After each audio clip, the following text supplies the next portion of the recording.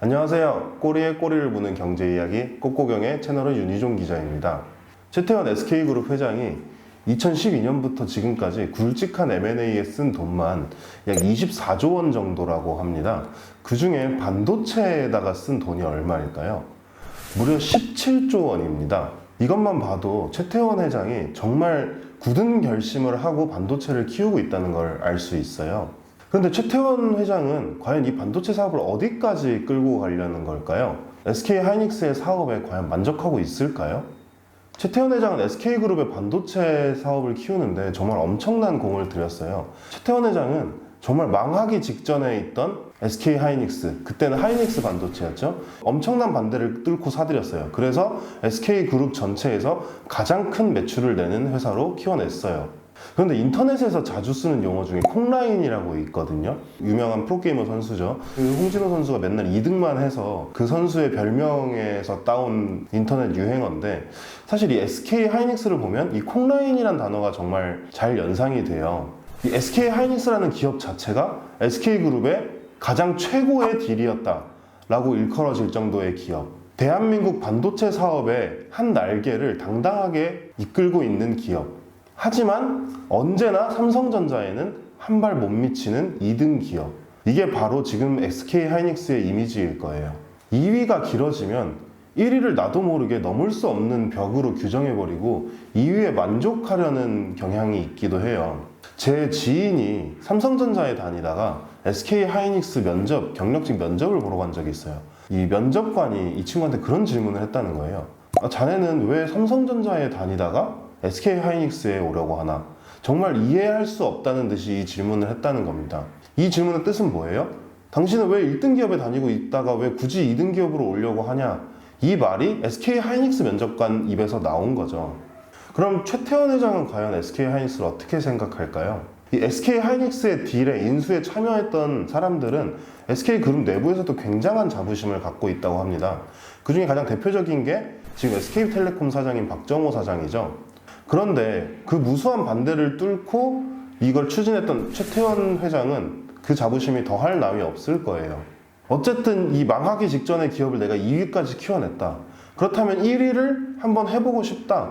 최소한 1위를 넘어서지는 못하더라도 반도체의 쌍벽, 이 정도까지는 올라가고 싶다. 이런 생각을 최태원 회장이 하지 않을까요? 자, 그럼 최태원 회장이 이 SK하이닉스를 1등을 만들자 이렇게 하고 하이닉스 사업을 쫙 봐요. SK하이닉스는 반도체 기업이죠. 반도체 사업은 보통 메모리 반도체와 시스템 반도체로 나뉘어요. 그래서 시스템 반도체 쪽을 보니까 여기는 SK하이닉스가 진짜 게임이 안 돼요. 넘어야 할 벽이 삼성전자만 있는 게 아니라 인텔, AMD 뭐 장난 아니에요. 메모리 반도체 쪽에는 어떨까요? 메모리는 일단 D램과 낸드 플래시로 나뉘는데 이 D램 시장에서는 SK하이닉스가 굉장히 잘하고 있죠. 시장을 삼성전자와 마이크론, 이 나머지 두 기업과 사이좋게 나눠 먹고 있어요. 과점 시장이죠. 그 과점 시장의 특징이 뭐죠? 점유율이 쉽게 변하지 않아요. 우리나라 통신 시장을 보면 잘 알 수 있죠. SK텔레콤, KT, LG U+. 이거는 KT나 LG U+가 아무리 용을 써도 이 점유율 격차는 쉽게 변하지 않는단 말이죠. 그리고 여기는 이미 SK하이닉스가 어느 정도 잘하고 있어요. 굳이 특단의 대책을 취할 필요가 없다는 거죠. 그렇게 하면 마지막으로 남은 게 바로 낸드 플래시 시장이에요. 여기는 일단 시장을 6개의 회사가 나눠 먹고 있어요. 과점이라고 부르기에는 좀 많죠, 회사가. 그리고 이 낸드 플래시 부문은 SK하이닉스의 약점이기도 해요. SK하이닉스의 낸드 플래시 부문 2019년 영업 적자가 조 단위예요, 조 단위. 그런데 이 약점을 극복해서 그게 오히려 강점이 되면 그 요새 기업들이 좋아한다는 퀀텀 점프가 가능해질 수도 있는 거죠. 결국 시스템 반도체는 어려우니까 메모리 반도체에서만이라도 SK하이닉스를 한번 1등으로 만들어보자. 그리고 그 탈출구로 최태원 회장은 낸드 플래시를 생각하고 있는 것 같아요. 이 낸드 플래시 시장이야말로 우리가 1위를 할 수 있는 혹은 1위에 근접할 수 있는 승부처다. 이렇게 생각하고 최태원 회장이 칼을 빼든 거죠. 그런데 기업 경영이라는 게 무슨 땅 따먹기 게임도 아니고 분명히 뭔가 이 낸드 플래시 시장에서도 승산을 봤기 때문에 최태원 회장이 칼을 빼들었을 거예요. 그렇다면 그 승산은 과연 무엇일까요? 최태원 회장이 이 낸드 플래시 시장에서 계산한 승산을 보려면 일단 이 낸드 플래시 사업이라는 거의 속성을 한번 봐봐야 돼요. 그렇게 어려운 건 아니니까 한번 빠르게 얘기를 해볼게요. 낸드 플래시 자체만으로도 팔리긴 하지만 그 솔루션이라는 형태로 많이 팔려요. 이 솔루션이 뭐냐? 바로 이 낸드 플래시를 실제로 사용할 수 있는 정도의 제품으로 만든 게 솔루션이라고 생각하시면 돼요. 이 낸드 플래시 솔루션 중에 가장 유명한 게 SSD예요. 아마 많이들 들어보셨을 거예요. SSD, 이제 Solid State Drive라는 줄임말인데, 그냥 간단하게 우리 컴퓨터에 하드디스크 있죠? 겁나 빠른 하드디스크라고 생각하시면 돼요. 이 SSD는 지금까지 얘기했던 낸드 플래시와 또 컨트롤러라는 부품으로 구성이 돼요. 이 낸드 플래시가 저장 장치라는 건 방금 하드디스크 얘기도 했으니까 다들 아실 거고, 이 컨트롤러가 뭐냐? 이 컨트롤러는 낸드 플래시의 자료를 읽고 쓰고 하는 걸 전부 총괄하는 연산 장치예요. 그러니까 비유를 하자면 낸드 플래시가 글을 쓸 수 있는 공책이라면 이 컨트롤러는 이 공책에다가 어떤 글을 쓸까, 이 공책에 쓰여있는 어떤 글을 읽을까, 어디에 쓸까, 이런 걸 결정하는 사람이라고 생각하시면 편해요. 말만 들어도 이 컨트롤러가 굉장히 중요하게 보이죠. 최태원 SK그룹 회장이 바로 주목한 것도 이 컨트롤러라고 저는 보고 있어요. 최태원 회장이 SK 하이닉스에서 낸드 플래시 부문을 키워야겠다, 이렇게 생각한 건 하루 이틀 일이 아니에요. 그래서 이 낸드 플래시와 관련된 기술력을 높이는데 굉장히 많은 힘을 들여왔어요. 그래서 실제로 지금 SK 하이닉스의 낸드 플래시 기술력은 1등인 삼성전자와 거의 맞먹는 것으로 알려져 있어요. 실제로 SK 하이닉스는 2019년 6월에 세계 최초로 128단 낸드 플래시를 개발했고, 지금 176단 낸드 플래시를 개발하고 있어요. 지금 삼성전자도 176단 낸드 플래시를 개발하고 있거든요. 그러니까 사실상 지금 삼성전자와 SK 하이닉스가 비슷한 수준의 낸드 플래시 기술력을 가지고 있다는 거죠. 문제는 바로 앞에서 말했던 컨트롤러 기술력이에요. 삼성전자는 옛날부터 이 컨트롤러 기술을 내재화해서 자체적으로 세계 최고 수준의 컨트롤러를 생산해내고 있어요. 이 컨트롤러 기술력이라는 게 생각보다 정말 중요해요. SSD에서 컨트롤러가 두뇌 같은 거니까요. 그런데 SK 하이닉스는 이 컨트롤러 기술력에 있어서는 경쟁사들과 비교해서 조금 뒤처진다는 평가를 받고 있어요. 삼성전자가 세계 최고 수준의 컨트롤러 기술력을 갖고 있는 것과 대비되는 부분이죠. 당연히 SK 하이닉스도 이걸 알고 있기 때문에 이 컨트롤러 기술력을 높이기 위해서 지금까지 무수한 M&A를 통해서 컨트롤러 기술력을 높여왔어요. 지금까지 SK 하이닉스의 M&A 역사는 사실상 이 컨트롤러 기술력을 높이기 위한 역사라고 봐도 과언이 아니에요. SK 하이닉스가 솔루션 개발을 위해서 사들인 회사만 2012년에 LAMD, 2013년에 이노스터, 2014년 소프텍, 2017년 키옥시아, 옛날에 도시바 메모리죠. 여기에 들어간 돈만 5조 원이 넘는다고 해요. 굉장히 많은 돈을 이 솔루션 경쟁력을 높이기 위해서 쓴 거죠. 그런데 이런 시도들이 지금까지 큰 성과를 내지는 못했어요. 특히 아까 얘기했던 키옥시아 지분 인수 같은 경우는 이 SK하이닉스가 2028년까지 키옥시아 핵심 기술에 접근이 안 되도록 차단이 돼 있어요. 그러다 보니까 SK하이닉스가 키옥시아에 주식 투자한 거 아니냐, 이런 우스갯소리까지 나오고 있는 실정이죠. 자, 이제 대충 감이 오실 것 같은데요. 최근에 SK하이닉스가 굉장히 큰 딜을 발표를 했죠. 10조 원을 들여서 인텔의 낸드 사업 부문을 인수를 했어요. 이 인텔의 낸드 사업 부문을 인수했다. 이제 기사에서는 뭐 다른 공장 뭐 그걸 위해서다 뭐 이런 얘기도 많은데, 사실 이 인수는 저는 주요 목적이 바로 인텔의 컨트롤러 기술력을 흡수하기 위해서라고 봐요. 인텔의 컨트롤러 기술력만 인수한다면, SK하이닉스가 갖고 있는 낸드 플래시 기술력 합쳐진다면 우리에게 승산이 있다. 삼성전자와 쌍벽을 이루는 것도 꿈은 아니다. 이렇게 볼 수 있는 거죠. 그리고 여기서 또 재밌는 게 바로 기업용 SSD 시장이에요. 기업용 SSD가 뭐냐? 뭐 설명할 것도 없죠. 기업에서 쓰는 SSD예요. 그럼 과연 이 기업은 이 SSD를 어디다 쓸까요? 지금 가장 주목받고 있는 건 바로 클라우드예요. 클라우드 컴퓨팅이라는 거는 실제로 내가 하고 있는 작업은 이 온라인에 가상으로 설정된 클라우드라는 곳에서 이루어지고, 지금 내 눈앞에, 내가 작업하고 있는 내 눈앞에 단말기는 단순히 이 클라우드에서 정보를 받아서 나에게 전달해주는 매개체 역할만 하게 되는 그런 컴퓨팅 방식이에요.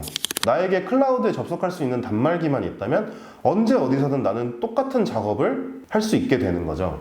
그렇기 때문에 이 클라우드는 4차 산업혁명에서 가장 중요한 기술로 평가받고 있고, 뭐 마이크로소프트, 아마존 이런 세계 굴지의 IT 기업들이 다 이 클라우드에 목숨을 걸고 있어요. 그런데 아까 클라우드가 온라인에 가상으로 설정된 거라고 했잖아요. 근데 당연하게도 오프라인에 데이터 센터라는 게 있어야 이 클라우드를 가상으로 설정을 할 수가 있어요. 그리고 이 데이터 센터를 짓는 데는 SSD가 정말 무지막지하게 들어가죠. 그래서 지금 SSD 시장에서는 기업용 SSD를 지배하는 자가 전체 SSD 시장을 지배한다, 이런 분석까지 나오고 있는 상황이에요. 시장 조사기관 IHS 마켓에 따르면 2022년에 세계 SSD 시장의 규모가 약 58조 7억 원 정도에 이를 것으로 예상되는데, 이 가운데 기업용 SSD 시장 규모가 38조 5천억 원 정도가 될 것으로 예상되고 있어요. 그러면 다시 SK하이닉스 얘기로 돌아와 볼까요? 아까 SK하이닉스가 인텔의 낸드 부문을 인수를 했는데, 인텔은 바로 이 기업용 SSD 시장에서 엄청난 경쟁력을 가지고 있어요. 어느 정도로 가지고 있냐?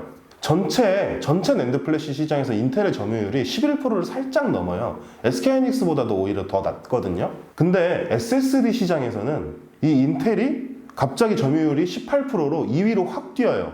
그리고 기업용 SSD로 가면 인텔의 점유율은 28%예요. 삼성전자가 32%거든요. 1위 삼성전자와 겨우 4%포인트밖에 차이가 안 나요. 이 말은 무슨 말이에요? 낸드 플래시에서는 별로 안 나가는데 SSD에선 잘 나간다.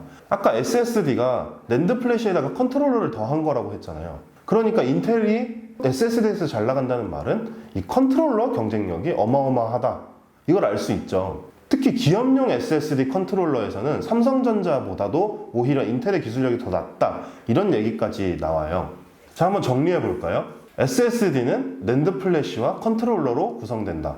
그리고 SK하이닉스는 낸드 플래시 기술력이 삼성전자와 맞먹는다.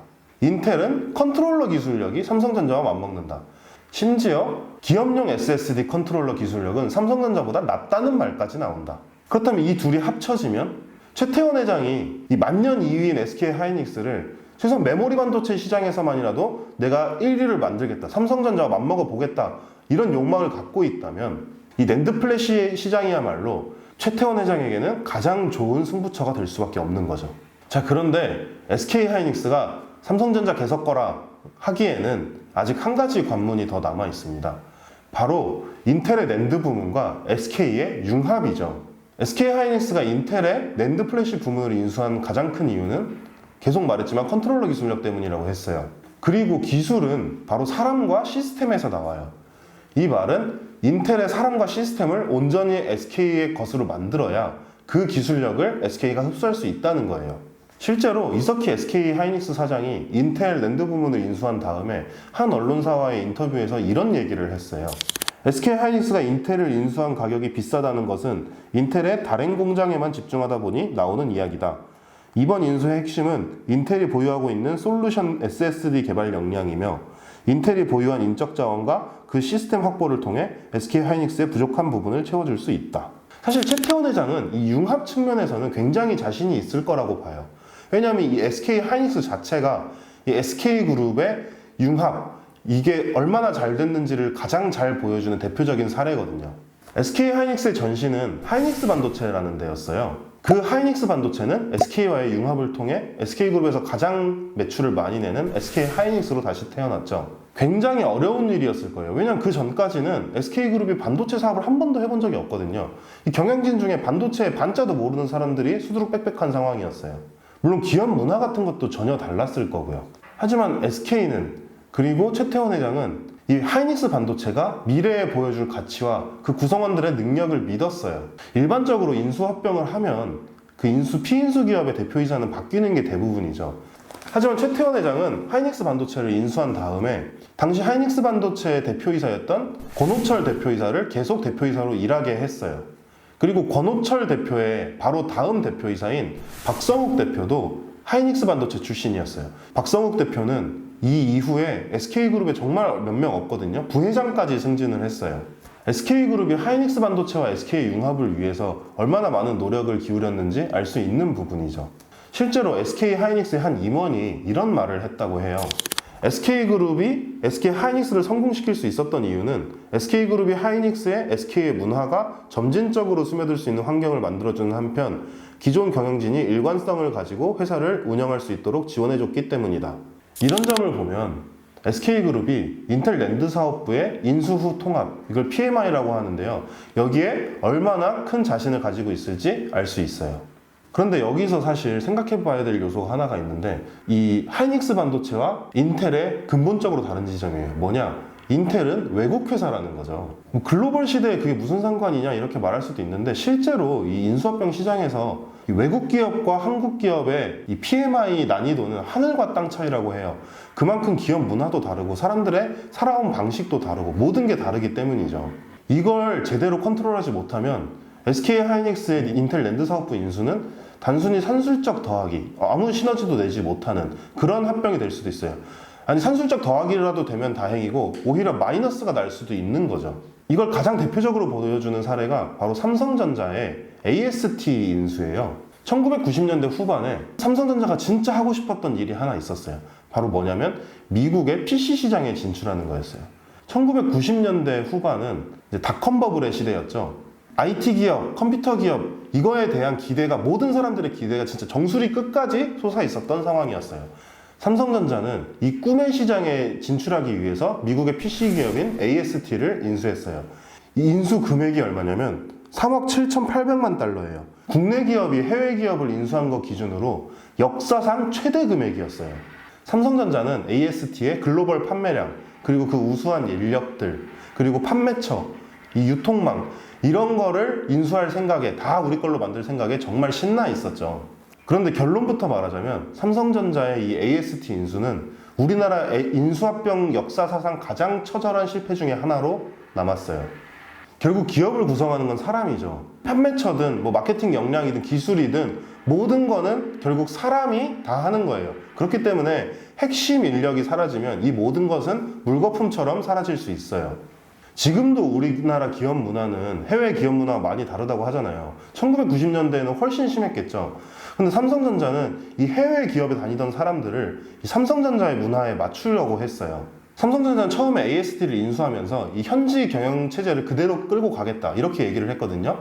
하지만 이 약속이 AST를 인수한 지 1년 반 만에 삼성전자는 현지 경영진을 우리나라 본사에서 파견한 경영진으로 죄다 물갈이 해버렸어요. 그리고 그 결과는 뭐였냐? 핵심 인력의 대거 이탈이었어요. 삼성전자가 AST를 인수할 때까지만 해도 이 AST는 세계 PC 시장에서 점유율 5위인 기업이었거든요. 근데 3년 만에 10위권 밖으로 밀려나 버렸어요. 그리고 직원의 수는 무려 10분의 1로 줄었다고 해요. 삼성전자는 결국 약 2억 달러 정도의 손실을 내고 인수 3년 7개월 만에 AST를 다시 팔아버렸어요. 자, 그럼 과연 SK 하이닉스는 앞으로 어떤 길을 걷게 될까요? 저는 일단은 SK 하이닉스의 손을 들어주고 싶어요. 왜냐면 최태원 회장이 맨날 하는 말이 그거잖아요. 행복 경영. 우리 직원들과 이해관계자 모두가 행복한 경영을 하겠다. 이 행복 경영이 만약에 좀 결실을 거둔다면 이 인텔의 랜드 사업부, 이 인력들을 다 SK의 것으로 만드는데 굉장히 큰 힘을 발휘할 수 있을 거라고 생각을 해요. 물론 서로 이질적인 문화를 하나로 합치고 또 그 서로 다른 문화들이 서로 시너지를 내게 하려면 고려해야 될 게 한두 개는 아니니까 굉장히 어려운 길을 가게 되긴 하겠죠. 최태원 회장이 이 반도체 쌍벽의 꿈, 아니면 혹시 1위의 꿈, 이건 과연 이루어질 수 있을까요?